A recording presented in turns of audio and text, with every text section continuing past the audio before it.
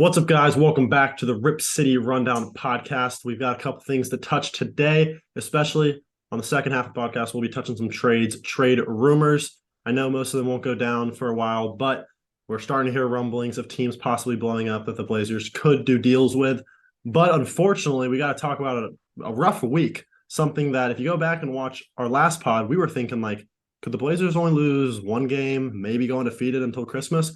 Well, that did not happen. We are 1-3 on this week. We lose to the Mavericks, beat the sorry Rockets, but then lose twice to the sorry OKC Thunder. And we're recording this now right after another close loss, 3-point loss to the Thunder. I think we're just going to start with these past two games because this has arguably been the low point of the season. I really thought we were going to win both of these games, to be honest. It's unfortunate that we lose by one possession in both games. And, the Thunder are bad, but I wouldn't say they're necessarily poverty. I mean, they kind of are. But they're, 46% win rate. They're not as bad as people think they are. But it's just unfortunate that we have to lose by one possession both games. This last game was really rough. We shot better, got more rebounds. They had the same amount of turnovers. So how'd we lose? Well, I'd say we did not get to the line a lot at all, which is a big factor how we lost this game. And, it makes sense. Thunder are going to get to the line. They're one of the most they drive the most out of any team in the league. Corey said that stat, so remember that one off the top of my head. Corey. But yeah, just a really unfortunate loss. It sucks. I don't think we should have lost this game. I think the refs sold a little bit, and at the end too, Dame got fouled on the final shot, the game-tying shot. He got fouled on the drive. I got a question on that. He got hit on the hands. Yeah, I got a question. No one's talking about it. No one's talking about it. So, just to preface for those that obviously no one knows, we didn't watch the game tonight, me and West. Yeah. We were doing some Christmas things. We only caught the final 2 minutes with no sound. So we thought the Blazers were challenging the play when Dame got hit just because they were showing it a lot. But I'm assuming they didn't challenge it, Cody, or did they? I was watching the sound off too. My brother was yelling. That's unfortunate. I don't think they challenged it. But when I look at this game, I just look at the box score and I see no player score 20 points. Dame goes 6-19, 2 of 11 from the field. It looks like we actually had a pretty solid game from the bench. Dame played well. I thought. 6 from Eubanks, 8 from Watford. Keon played 8 minutes, hit his only shot of the game, and then Shaden had 8 points. So I can't really give a full analysis of this game when I didn't watch it, but I did see Winslow went out with an ankle injury. We probably need to take a look at that and see if that's going to be a couple games, maybe of a week or two. But it seems like if you're scoring 98 points against the Thunder, do you deserve to win? Come on. Yeah, it was a tough game. Obviously caught the last 2 minutes. And like you said, Cody, the thing that was the difference in the game was the free throw disparity. And it's interesting because I saw a lot of people complaining about this on Twitter or just on social media. And it's the Blazers have been one of the best teams in the league all season at getting to the line.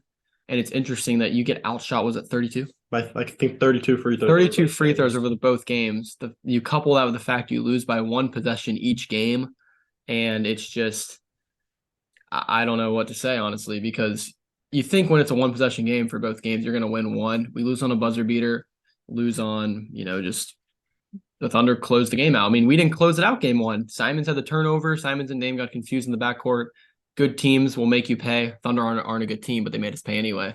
But Shea gets to the line a ton, and it's really frustrating to watch, unfortunately. But a lot of free throws for the Thunder. So, yeah, I really do think the refs sold a little bit, but I'm not going to get too mad about that because the reality is there is no excuse. So losing to the Thunder twice and Mavericks just going, 1-3 on this road trip so far, and probably 1-4 given we have to play the number 1 seed tomorrow, the Nuggets. But we'll get to that later. Did you guys watch the last Thunder game by chance? Yes. I did. We watched the whole game. Honestly, the funny thing about that game is I thought we were in control the whole time and we were going to win. I wasn't concerned at all. I was like, oh, we're up 2, we're inbounding the ball. We got to stop. Dame's making big shots down the stretch. I just thought we were going to pull it out because we're just a superior team with a superior talent. And that turnover coupled with a make, coupled with Dame running into Josh Hart near the end. Yeah. And then I think that was one of our last offensive sessions. But if you leave a team like this close with a guy that can get to a spot and is having an all-star caliber season, That's You're just gonna lose. that you run the risk of that happening, and we go down in a game. They were again, both we they were shouldn't have both lost. similar games. They're both similar games. We were The leading same both thing. games, and then we let them. We never extended our lead more than like 6-8, and then we just let them stay. They came back, made their run, made us pay, like you said. Unfortunate. Yeah. Got- I want to gotta bring clutch it something out. up that is, can I read it? Yeah. I'm going to read this out. We posted this on Instagram a little while ago, and it kind of explains our thoughts about the past two games. We say, as you can see by the post, I'm pissed at this game just like everyone. However, some things people are saying just don't make sense. 2 weeks ago, people were saying Chauncey is a coach of the year candidate. Now he's a terrible coach. Jeremy Grant is an all-star right now. Now he's mid. Just stuff like that. And that's not just random people saying that. That's big Blazer sources / pages. And we're talking about not verified Twitter people that work for the Blazers that are professional and do this thing as a job. We're talking like people that Or in our position. like similar to us. They have a large following. They have a lot of Blazer fans that follow them and take their opinion and really take it to value. Yeah. A lot of followers, a big yeah. influence. Yeah. That's what we mean by big Blazer sources. So as I'll continue to say that if you're going to have an opinion, stick to it until you have a substantial sample size, aka more than 4 games in a week. Doesn't take away from the fact that these games can't happen, but can we really say Dame needs to be better down the stretch and then all of a sudden also say Dame is always a ball hog down the stretch and doesn't make plays? Basically, it's an 82-game season. You're going to lose bad games. The fact that it happened in back-to-back games, not nights, back-to-back games, sucks against the same team that is going to be fighting for the number 1 overall pick when it's all said and done. That sucks. But at the same time, you beat a Suns team without Damian Lillard, with Jeremy Grant hitting game winner. Next night, Josh Hart hits a game winner in Miami. You beat the Lakers down 8 with 2 minutes left. Simons hits a floater over a defensive player of the year candidate, Mikal Bridges. Honestly, I feel like we're even now. We've lost a really bad game to the Clippers, lost to the Thunder, and we had a few buzzer beaters, and we were winning all these close games to start the year. 17-15 is our record now. I think that's very fair. The fact that it's come with extreme highs and extreme lows might be unfortunate. The fact of the matter is that's where we are, and people just need to take a chill pill. We're 32 games into a season. We're over a third of the way there, but we still have the most important 2/3 left. Mm-hmm. So people need to calm down. Don't be prisoner of the moment. If we lose to the Thunder, Dame takes a bad shot. He has a bad shooting night. Guess what? A week ago, we were clamoring over the fact Dame might break the 3-point record. It's just the way the NBA goes. So people need to calm down. Yeah. And again, Well said. like we said, we still understand and we are still extremely disappointed by this we're holding loss. them accountable. Me and West are in the car coming back from seeing a Christmas play. And we're not in a good mood because we're seeing we lost to the Thunder and we have no business losing 2 games to the Thunder. Sucks losing. However, this is and for those saying, well, it's been a month of this, it hasn't been, because just a week ago, like Wes said, when we beat the Wolves 2 times in a row, everyone's talking like Chauncey's making these great adjustments. Great job playing Watford more here. Dame, you're so clutch down the stretch. You're hitting big shots. And now people are saying, geez, Dame's a ball hog and he never makes plays. Like, talking about Damian Lillard, guys. Damian Lillard. I also want to talk about Damian Lillard for a second. How about breaking the franchise record on points? We haven't mentioned that yet. Point. Happened last Thunder Let's game. segue into something positive. That's something that only happens like once in a lifetime. Like screw the loss. Like, can we just reflect on Damian Lillard for a moment? Oh my gosh, when he retires and we're older and we're Blazer fans, he's gonna be just the most. No, iconic, I'm gonna be 80. I'm gonna be 80 years old with my grandchildren. I'm gonna be like, the time when I was young and I was watching this young cat, Damian Lillard. Yeah. Look, we just posted a video. Damian Lillard's best clutch shot versus every team in the NBA. He might be the only one that's actually had a clutch shot within the last 5 seconds versus every NBA team. That's insane. Yeah. Top 75 of all time, according to ESPN. Take that as you will. But those who say on Twitter he's not clutching, he makes bad plays down the stretch because he has one game. But the thing is that it's not that people when people are in an even mind and are taking a long-term perspective and really thinking, not letting their emotions get the best of them, people have good takes. It's just when you live and die by every game. First of all, I used to do this too. I used to wake up every morning because I live on the East Coast and I didn't want to stay up super late. I wake up every morning at like 6 a.m. and watch the Blazer game. And if we lose, it'd ruin my day. Now it's 82 games. I already know we're not winning more than 55 games, and we're not losing more than 55 games. We're somewhere between 35 wins and 55 wins. So why would you get worked up over the 10 wins you win or lose? Like you were saying earlier, we might be the 7 seed and we're going to miss out on the 5 seed because we lost back-to-back games against OKC. But there's always a flip side of the coin. We had no business winning that Laker game. We had no business winning that Heat game, to be honest. So, at the end of the day, you take the season, you take the punches, you take the mountains, you take the valleys. You just live with it. And for the love of God, stop saying that Chauncey's coach of the year and the next week saying he sucks. Like, come on. If you're going to have thousands of followers, be professional. I'll respect your opinion if you've said it the whole way and have even said, even though this was a win, I don't think Chauncey's that good of a coach, but I just don't like seeing the mixed opinions. Like, for example, but it's driven by emotion. It's driven by emotion, and we see the same thing with Nurk. I think we've done a good job of sticking to one opinion with Nurk. We've said he's inconsistent and he can be better. He's going to have really good nights, but at the end of the day, he's probably not the answer for us at center. That doesn't mean we don't like Nurk. That doesn't mean I love Nurk. Yeah. I love Nurk, but at the end of the day, he might not be the best option for this team, but he's also the best option we have. So, again, there's going to be times where we are going to hold him accountable and be like, you played like crap tonight. And there's going to be times where we give him his flowers. We're not going to be in this, he sucks, and we're not going to meet right him. And the final thing is, I know stay consistent. We're starting to restate ourselves, but forgot what I was going to say. Yeah, it's funny because we're not ranting about the game, we're ranting about just opinions in general. But let's transition to something positive. Yeah, it's a bad game, and I'm gonna say if Damian Lillard was in front of me right now, I would say I love you, and I'm so glad I can meet you. But I would also probably maybe say if he asked me how he thought he played tonight, I would say, yeah, you struggled tonight, and I think you need to be better. But that doesn't mean I think that Dame is suddenly a bad player, and Dame always doesn't make plays down the stretch, or Jeremy Grant, you're having a bad game. You've been so bad recently. He's still an all-star right now. So that's enough of that. Before we get into the trades, let's touch the other 2 games. Believe it or not, we went. You guys went to both games. That must have been a super fun experience. It was awesome. We put out a vlog about it. If you want to watch it, you find it on our channel. But we went to Dallas, Texas, and we went to Houston, Texas. And we went to the Mavericks game, Rockets game. Obviously, we kind of got blown out by the Mavericks. Again, another rough game where I had some choice words for the team after the game. We did the vlog and we were walking in the streets, going back to the hotel. And I was like, yeah, it was a piss poor performance by the starters tonight. Bench got a lot of run.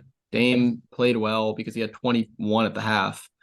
But the rest of the starters had a really disappointing performance. I'm going to hold those guys accountable, but I'm also not going to say all of a sudden Jeremy Grant's bad. So you got to because literally the next night we go to Houston and Jeremy Grant, although he did sit out, right? He sat out the Houston game. We win, we take care of Houston very handily. Mm-hmm. So that's nice.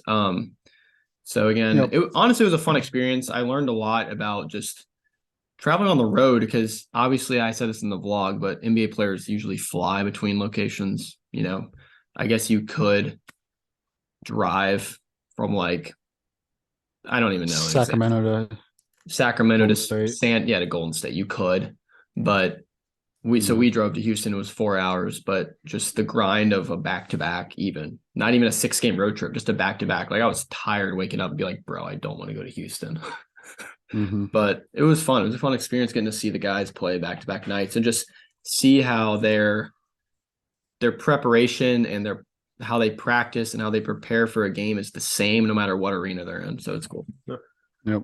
I mean, not much to say about this. Both games pretty trades. I'll say just like you said, I'll say the Mavericks game. That is the definition of a throwaway game where you actually couldn't do really anything about that other than the fact that it would have been nice to have someone that could guard Christian Wood on the perimeter. But they just hit all their shots. That's a true game. That's one where you can't do really much about it, and that's not going to happen again this season. Where hopefully you're getting a theme that we're not going to really do a lot of basketball breakdown. We're just going to talk more about the general season. But let's get into some trades. Just a little bit of basketball breakdown. Some trades. So the Toronto Raptors are really playing below expectations. Very. And they have a lot of dudes on that team that are small forward, power forward, just a lot of wings. You have like Fred VanVleet, and you just have like wings. And a lot of these guys are again, the wing position is a very coveted position in the NBA, 3 and D.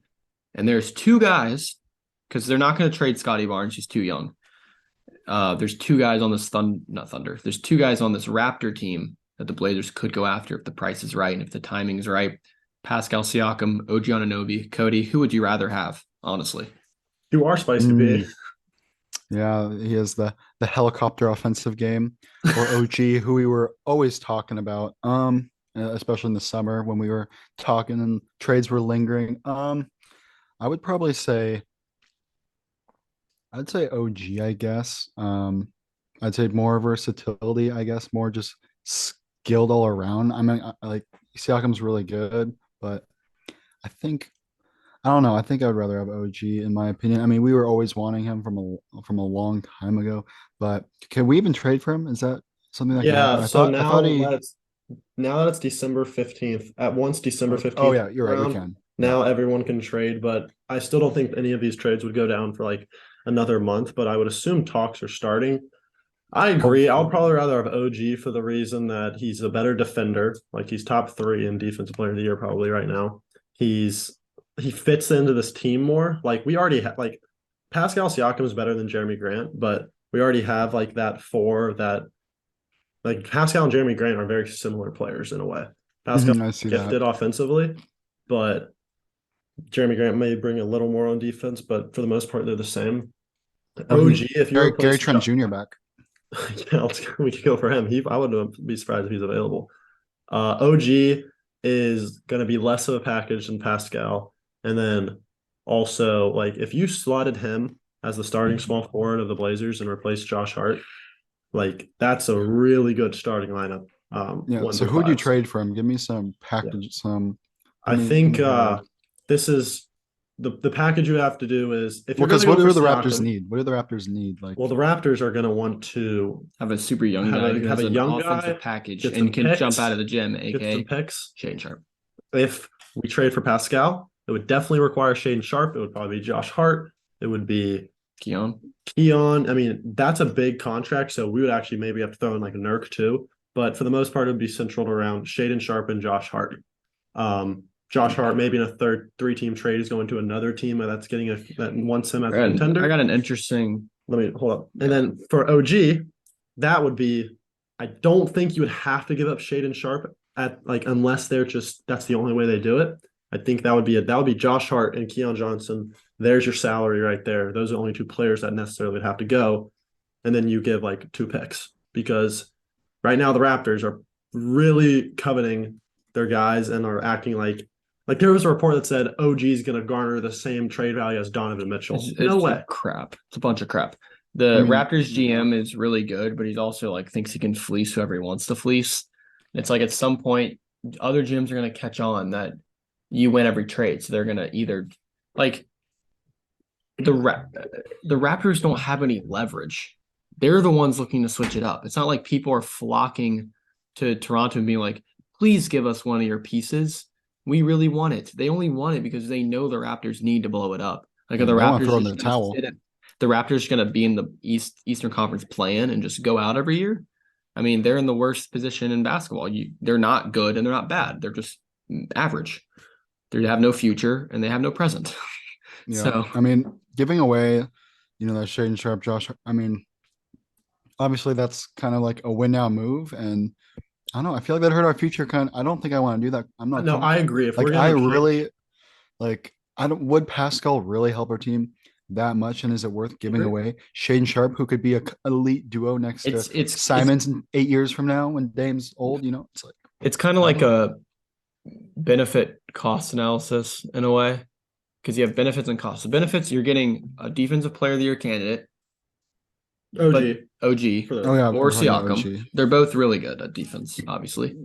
And the cons are you're giving up a player that everyone wants on their team and will not cheap you out of any games, Josh Hart. And you're giving up your lottery pick, who is kind of like could possibly be given the keys to the backcourt with Ant in the future. So that's the cost.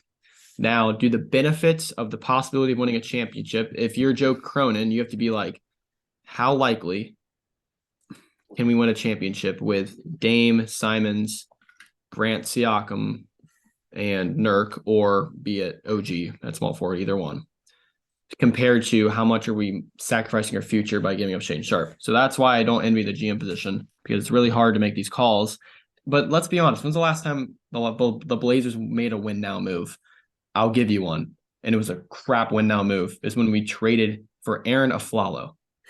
I mean, I would say even the Jeremy Grant trade was kind of a win now move in a way. I mean, It again, was a a building block. It was a win now move, but it wasn't one of those where it's like, if this doesn't Desperation. work, it's you're going in a rebuild, because we only gave up that one pick.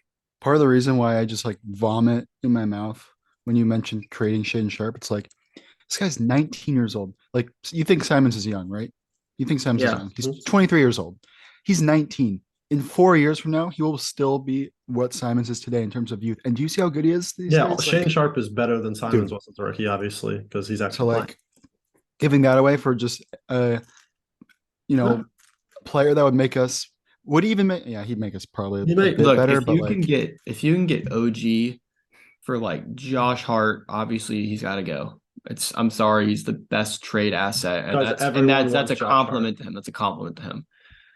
Keon Johnson picks, like I'd almost rather give up more picks than Shane Sharp, because you know what you have in Shane Sharp. Mhm. You don't know what you can draft in the future. You could draft Nolan Smith for all we're saying. Sorry, Nolan Smith, but I thought of him from last podcast. But I want to bring up a possible 3-team deal. I don't know how viable this is or how likely this is, but there's also rumblings coming out of Chicago that DeMar DeRozan, Zach LaVine, Bulls organization, they don't see eye to eye. They're not on the same page. Zach LaVine could be traded very soon. DeMar DeRozan could be traded. I think LaVine's more likely, just because I think DeRozan's the better player. I think because I I was listening to like what people would say is one of the biggest Bulls fans on the internet, and that is Kenny from the Through the Wire pod. He thinks if they're trading one of them, they're just going to blow up the whole thing. Because what is the point of keeping DeRozan? But that doesn't change things for the Blazers, because obviously if we were to get someone from them, it would just be one of them. So continue. Well, what I was going to say was we wouldn't get anyone from the Bulls, but what we would do is go into a 3-team deal with Toronto, where one of LaVine and DeRozan are going to Toronto. Toronto is giving us OG, and we give Chicago and Toronto probably picks. Chicago wouldn't give a pick. Chicago would get picks from probably us. Like, you could give Chicago Josh Hart, Keon, and a pick. I mean, Zach LaVine probably gets you're trading Zach LaVine, or you're trading Keon, Josh Hart, and a first for Zach LaVine. You probably do it, but it's gross for the Bulls. The Blazers, you do it. But the thing is, you go through Chicago instead of Toronto, because Toronto's just going to ask for way more than they should get, because the GM thinks he can fleece everyone. That's fair. It pisses me off. let me just ask a basic question, you guys, like just from a basic NBA just fan standpoint. Who do the Blazers need? What type of player do we need necessarily? Because I feel like every roster standpoint, we're solid. It's like we got Damon Simons as a backcourt. You have Jeremy Grant, Josh Hart, those two versatile players we were always looking for years and years. We have Nurk. Of course, you can argue we want someone better, but all of the center rumors have died down, obviously. And then I feel like our bench, in my opinion, is what's lacking. But then you have Gary Payton coming later. It's just like, I don't know. I feel way more confused on what the Blazers need compared to like years prior, because I feel like this is the roster he wanted. And I generally think we can win a championship with this roster. I'm not sitting here being like, I don't think we have any chance. But when we're healthy and we have, like I said, Gary Payton back, who's a big part because our bench is kind of mid, and he would obviously make our bench way better. I'm not going to overreact, like I said, but we're fully healthy right now, pretty much. No, what are you talking about? Nasir just went out. Justin Winslow just went out. Gary Payton's out. Fair. That's cap, bro. You're right. Okay. You asked what would make our team better. What do we need? We need more bigs, because we only have one player that's 7 foot. and size. one player that's over 6'10". Drew Eubanks is 6'8". He's the same size as Jeremy Grant. No way. He is. Yeah. Look it up. Look it up. On paper, but paper lies. He's And he's not taller than that. We saw him in person. see, that's short. How We does he do all these need blocks? Josh Hart is 6'5". As hard as he plays as a small forward, at the end of the day, he's not a small forward. He's a shooting guard / lowercase letters small forward. He can play it, but he's a shooting guard. If we got we like how our team is right now, and our team, if this stuck together, we would still have a good chance to get out of the first. When I say good chance, we would have a chance to get out of the first round. And at the end of the day, we have a chance against every team. But our team could look drastically better if we got someone that is one of the best defenders in the NBA, can knock down his shots, and an OG Anunoby. And I don't want to just single out him because there's probably other guys in the league that could solidify, whether that's the three, whether that's our center, whether that's getting us a good scorer off the bench. Because who's scoring the ball off the bench right now? Our bench is good, but we can't rely on Trendon Watford to go out. I mean, it's 15. probably Shane Sharp. And He's I love the rookie. Caleb, but I don't want to. Yeah, I don't, he doesn't deserve to be he doesn't have to be relied on. He shouldn't be. He's 19, like you said, Cody. So Yeah. Well, there's clear holes. what I would say is this team, for some reason, I feel like this team and the Raptors are just linked. It's because the Blazers have that, the Blazers have been linked with them in the past, and we also we have the package and we have the clear hole to where OG Anunoby could slot in. I'm not really for the Pascal because if you're trading Pascal, Jeremy Grant can play the three. The problem is we would probably have to trade Jeremy Grant if we're getting Pascal because we have to match their salary, and we don't unless they accept a Nurk and Hart deal. Why would they want Yusuf Nurkic? If they're rebuilding. Yeah. But again, I feel like these teams have been linked ever since the Raptors won a championship in 2019, I feel like. And we went to the Western Conference Finals 2019. And I just feel like trading Gary Trent Jr. there, just being linked with them in deals in the past. Mm-hmm. I'm going to say it. We're getting OG boys. I'm going to say it right now. You know how many times we talked about Jeremy Grant and we'd be like, we're getting Jeremy Grant. And I know it didn't work at the trade deadline and we were disappointed, but it ended up happening in the summer. So we're getting OG. And guess what? If this doesn't happen, you can add it to my long list of horrific takes. Okay. So he's going to be at the 3 and then our starting lineup's and guess it's going to happen it's going to happen in the off season. Okay. Okay. And here's my thing. If we trade because we're not going to overpay at the trade deadline. Please don't I'm not going to copy. I'm not going to copyright and I'm not going to plagiarize. I'm going to state my sources of where I was just convinced that the Blazers could realistically have a good chance to win a championship next year. And this is coming from another Blazer podcast that actually I respect and has a bird's eye view of the season and understands it. That's the Jack Ramsey's podcast with Danny Morang and Brandon Sprague.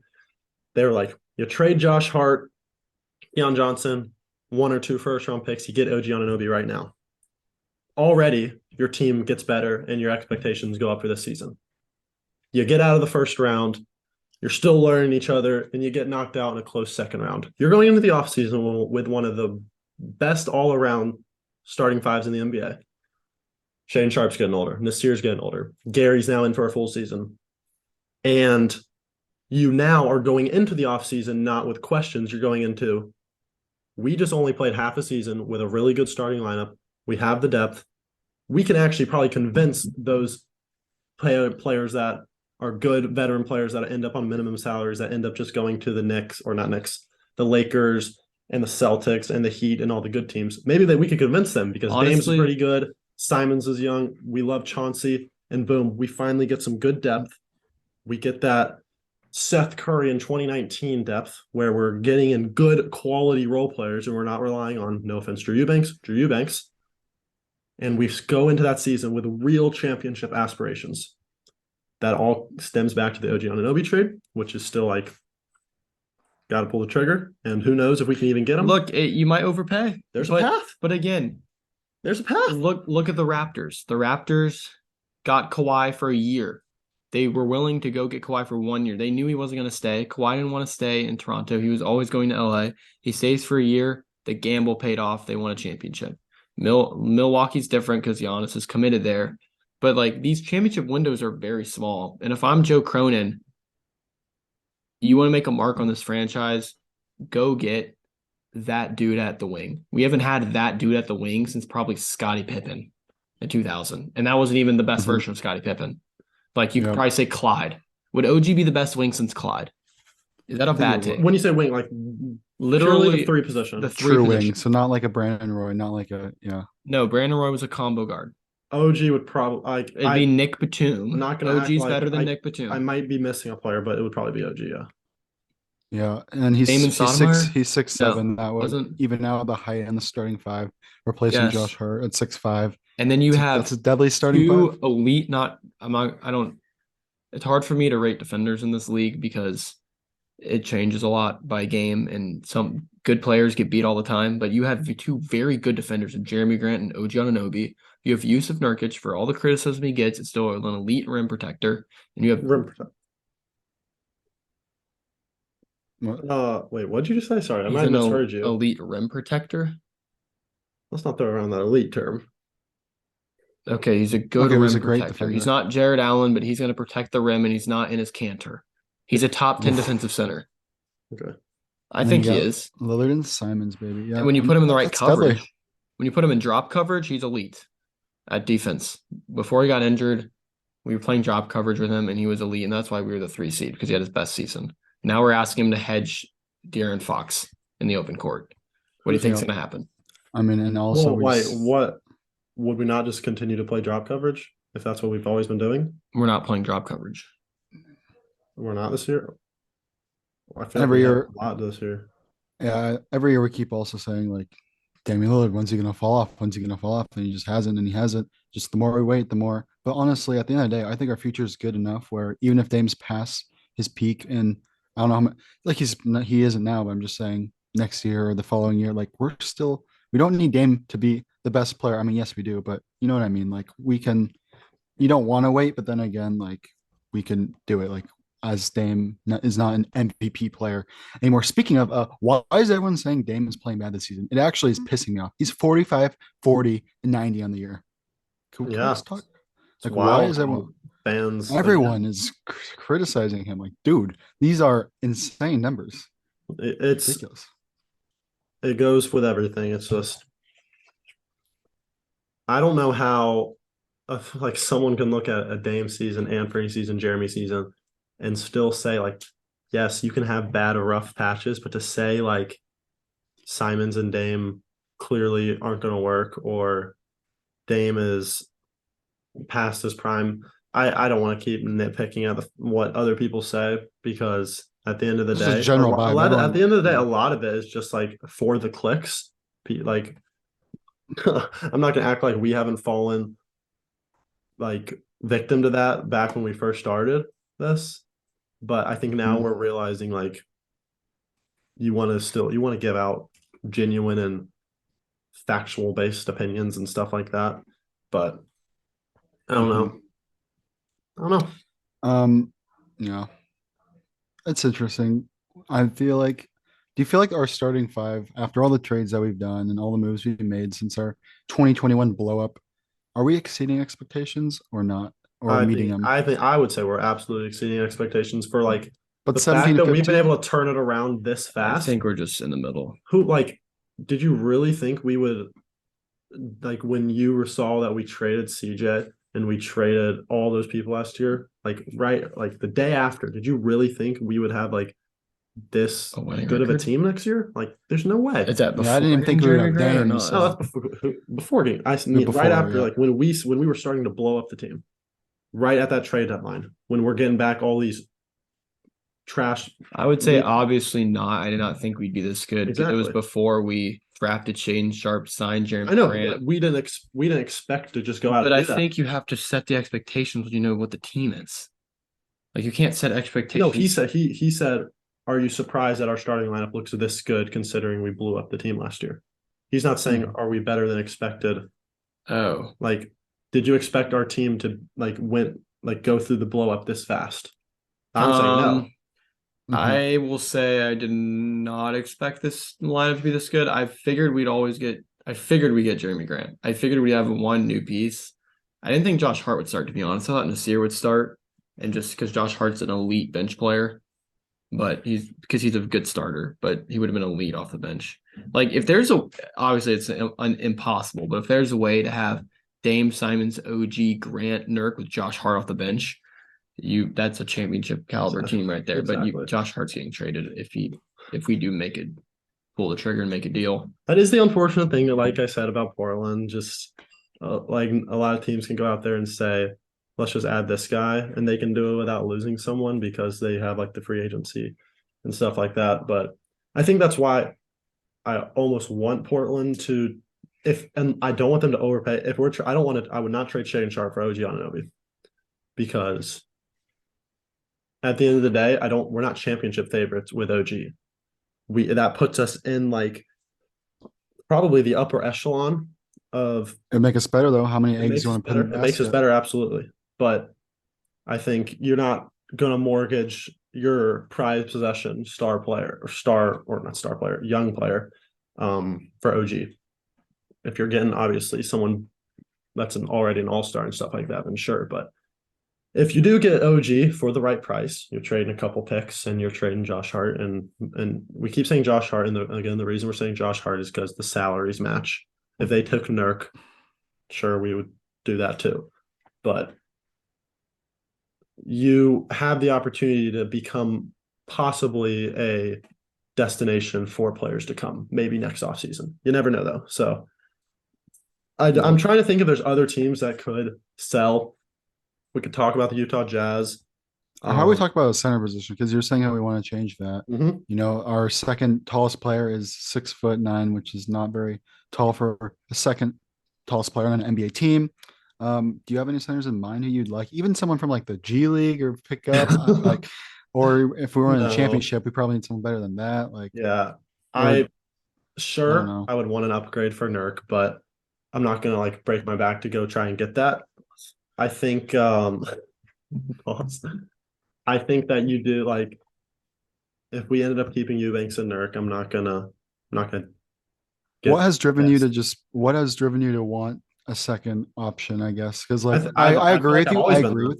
I agree with you. Nurk? But then again, Eubanks, like I agree with you, but then again, Eubanks has just been playing so well. It's just like I don't want to like imagine Eubanks production in the body of like Mo Bamba. I do think that that'd be sweet. Eubanks is. I think we're kind of looking at Eubanks's like effort, and it's kind of covering up the fact that he's just, which is great. The fact he's giving effort, like the fact that we're having this conversation. It's good. The cool thing about this team is I'm not going to say past teams didn't try necessarily, but this team really puts in the effort, and it sucks that we lost today and the day before, but it's not from a lack of trying. Like Josh Hart's at 6'5", grabbing double-digit rebounds and out jumping centers. So I mean, this team puts in effort, but Drew Eubanks is a sense or is an example of where effort is covering up some deficiencies, which is a good forget thing. Effort. Forget effort. Is he not good? Like I look at the screen and I look at this guy and can you look at that and say this is a second center option for a championship team? No. Or are you saying no? So you're saying okay? No, I won't say no. I'll say no. No. Yes, okay. If he was on like a team that had tons of talent around him, yes. Or if he was backing up Joel Embiid, yes. But and you're saying in a big or in a guard because we have talent. We have Dame, we have Simons, we're talented. Well, not off the bench. We're not. I get we're looking at it from like a Blazers lens and through Blazers glasses, but if you compare our bench to the rest of the benches in the NBA, it's probably not a top 15 bench at the end of the day. We don't have one guy that's probably averaging over 10 points off the bench. So we clearly rely on our starters, and that's just how our team is built right now. But going back to Eubanks, at the end of the day, I get Eubanks has been good, but you need size. You need actual centers. You can't Eubanks. I see. He might wear down over a course of an 82-game season because he's battling with people that are 3 inches taller than him and have 30 pounds on him. And then 2, I don't want to say this I don't want to act like I've been disappointed with Eubanks or like he's not over-exceeding expectations, but given the fact that Nurk is as inconsistent as he can be, you need someone coming off the bench that you don't have to change your complete game plan when he's on the floor, because we can't play the same way with Yeah, Eubanks that we play with because Nurk okay. because he's So smaller. we're asking him to do something that he shouldn't be doing because of his size. So we need it. Mhm. You're saying we need another center. Okay, I see that. Yeah. It's really just size and And we just a deeper bench. yeah, like if we could get like one good scorer off the bench, like if we, I'm, I hope we make a move. I think we will, because Joe has said over and over that we will. But it's just, if you can at least check one box, whether that's Anunoby or someone of that level at the 3, whether that's a guy who can go score off the bench, or if that's a backup big that brings size, then I'll say it's a passable trade deadline. You know who'd be elite for this team that we will never get, but just for probably how much of a great role player is like Bobby Portis. But then again, Bobby Portis, well, that actually checks in a way 2 boxes, so never mind. I was gonna say he's not necessarily like 7 foot, but he brings so much to the other. Yeah, that would be good. Yeah, he would be really good. But yeah, it's interesting. Hopefully the Blazers make a move. So we will see. We just need again Gary Payton coming back. When is he? True. Guys, I heard. Oh, yeah. I heard some interesting news. In 2 weeks, Gary Payton is going to be evaluated in 2 weeks. You know that? Are you serious? No. No, he's making a joke. Okay, I I'm was about to saying, say, bro. in 2 weeks, he's going to be evaluated in 2 weeks. I was like, but how then did I not see that? That was very gullible of me, but I was like, I will say that it was I think it was maybe like at this point 9 days ago or 10 days ago that he was going to make his debut within 1 to 2 weeks. Well, he's got 4 more days to make his debut, and we've got 1 game in those 4 days. So maybe he makes his debut. Dude, come back, bro. it's crazy. Yeah, we'll see. I don't know, but playing full practices. I bet if he was like 24, he'd be playing already. But I guess you gotta be a little careful because he's 29. I don't know, dude. Come back, bro. Get out of your bench uniform. Yeah. Stop being Zach Collins. Stop being Anthony Davis. Come back, play. Yeah, Anthony Davis is out. You saw that? He's out for a month. He was playing like an MVP. People were saying, but then again, it's AD. So at the end of the day, you knew it was happening. You knew it was gonna come. So, not to be mean, but you knew it was happening. Like, yeah, that's unfortunate. But that's our trade talks. That's our reaction to the 4 games. We're not gonna standings real quick. We're not gonna Wesky. We're doing a podcast. That's you, bro. We are gonna. This guy. We're gonna be this guy. What? Where are we gonna be? I've lost my train of thought. We're gonna be at Charlotte. Yes, we're gonna be at the Charlotte Hornets. Charlotte game, which is now officially, I think 4 days away. Believe it or not. Hey. Or 5 days. Charlotte has 8 wins, so if we lose that game, I think it's a rant pod. Oh yeah. Oh, it's absolutely a ramp pod. It's a ramp pod outside of Moda. Which is funny because we're talking and we're about all gonna be together. Some fists might be swinging around. You don't know what's gonna happen. We're talking about all these people who rant after every game, so that's kind of ironic, but like, it's funny. But we actually will be. You have a vlog camera right now? Yeah, can we see it? Oh, it looks like that. That's kind of cool. Dope. That will be what we're recording the vlog on when we go. That's small. That's actually really nice. It's a really good camera. Look at the size. When did you get that? I got last Christmas and didn't open until like a week ago. So wow, those Montana vlogs could have been so cool. Yeah. Yikes. All right. Anyway, well, that is going to do it for this. Wait, what? Quickly. Let's just look at the standings in our next couple games before we wrap it up. Sitting in the 7th spot, are we happy with that? I do think we will pass the Kings. If the Kings are ahead of us come March or April, whenever the season ends, I'll be very disappointed. However, I do think the Warriors are also passing us, so I think that evens out. Are the Warriors passing us? Steph's out for like 3 weeks. I think they are passing us. Well, they gave 91 points up at halftime today. Yeah, like they have real struggles.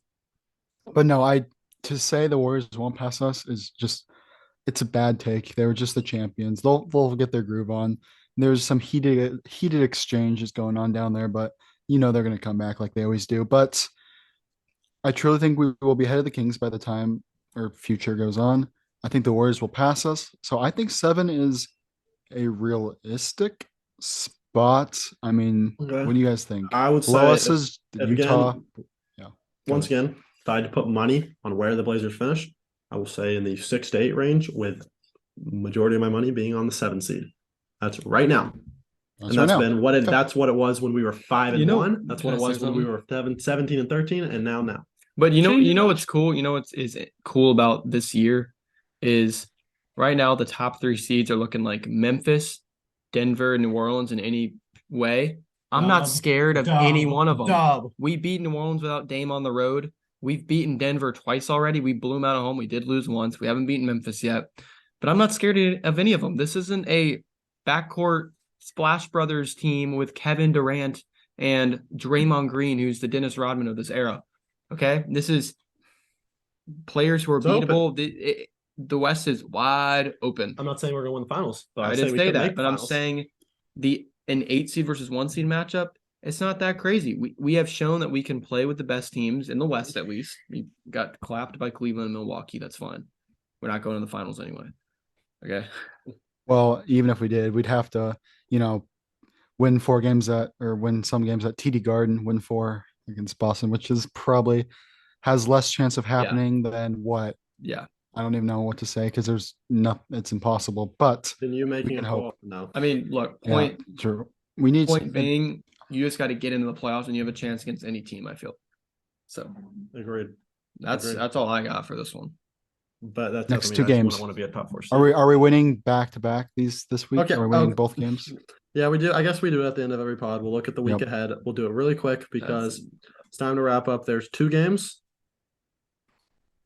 2 games this week, Cody? 2 games till next pod. Sorry, let me put up. We have a nice Friday, Monday. Yeah. 2 games. 2 games. So we got at Nuggets. We are spanking the Hornets at home. We are literally taking them. Pause. And spanking them. Pause. Okay. The Nuggets, this is what we're gonna do. We're pretty pissed that the Nuggets beat us, and we are coming off 2 really bad losses. I would like to see some urgency in that game. We're gonna take a key, right, Cody? We're gonna take a key. Okay. We're gonna take this lock. We're gonna put the key in, and we are going to be locked in. Okay, like just like that. Denver. Yep. Damian Lillard. We're gonna look at that clock and say, "It's time to turn back the clock. Punching the clock. We got to punch the clock, and we've got to have Dame time." I'm kidding. I don't even want Dame time because we're gonna beat him by 30.